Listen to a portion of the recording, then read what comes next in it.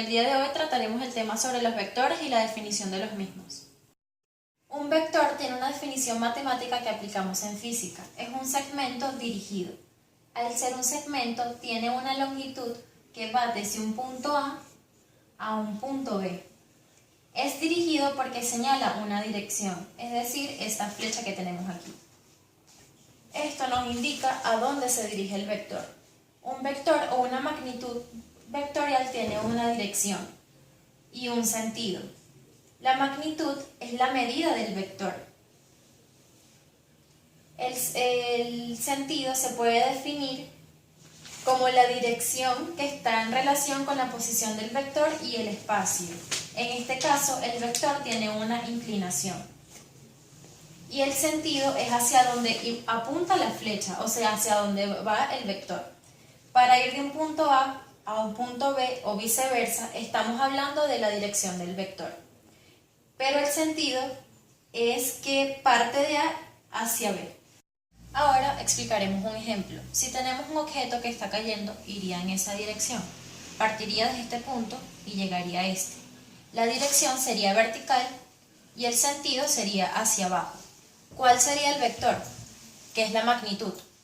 Desde donde parte el objeto hasta donde cae. Ahora, si lanzamos un objeto hacia arriba, se mantendría la misma dirección, que sería vertical, pero el sentido sería distinto, o sea, la misma dirección y sentidos opuestos. Si queremos calcular la dirección y el sentido del vector, entonces tendremos que aplicar el mismo en un plano de coordenadas. La dirección la podemos resolver a partir de lo que mide el ángulo.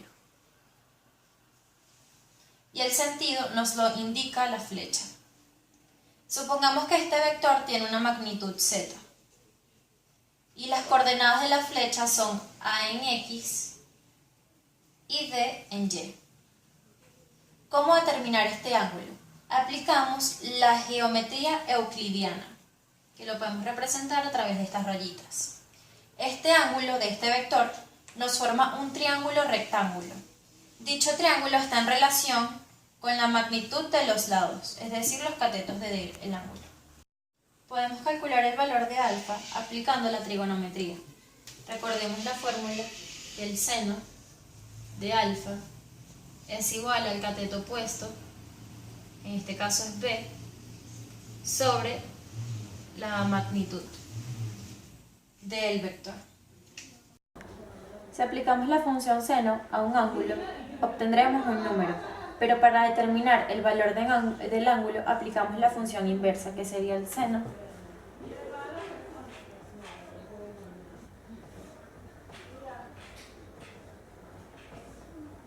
con esta función inversa obtendremos el valor del ángulo.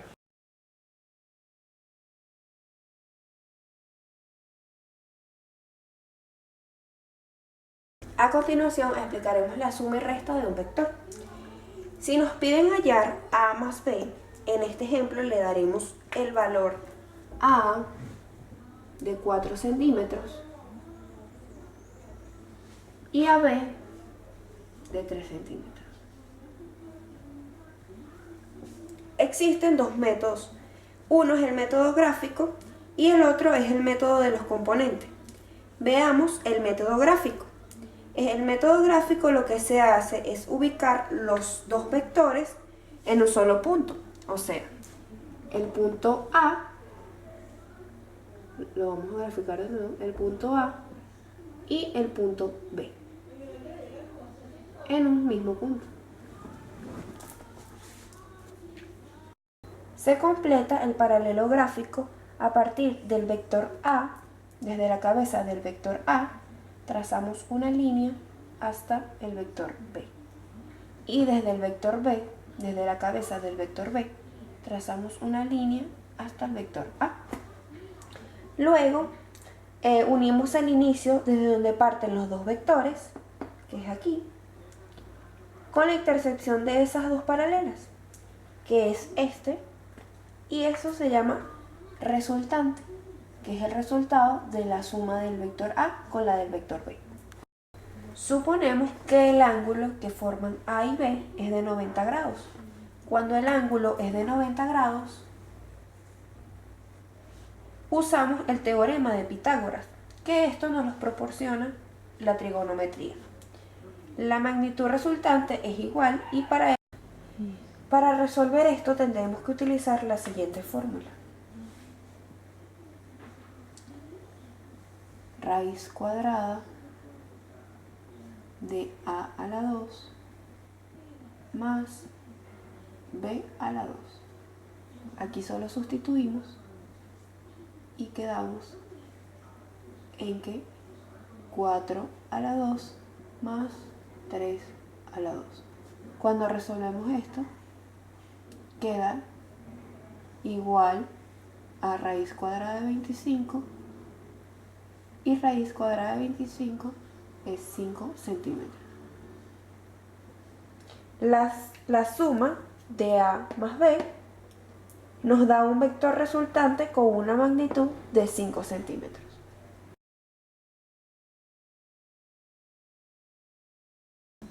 A continuación explicaremos la resta de los vectores.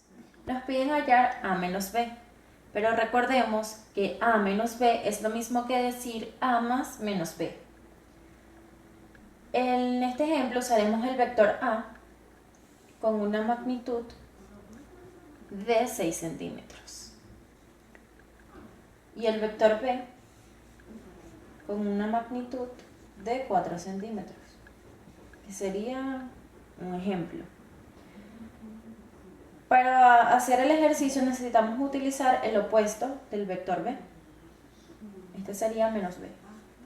Es lo mismo, es el mismo vector con la misma dirección y la misma magnitud, pero con sentido opuesto.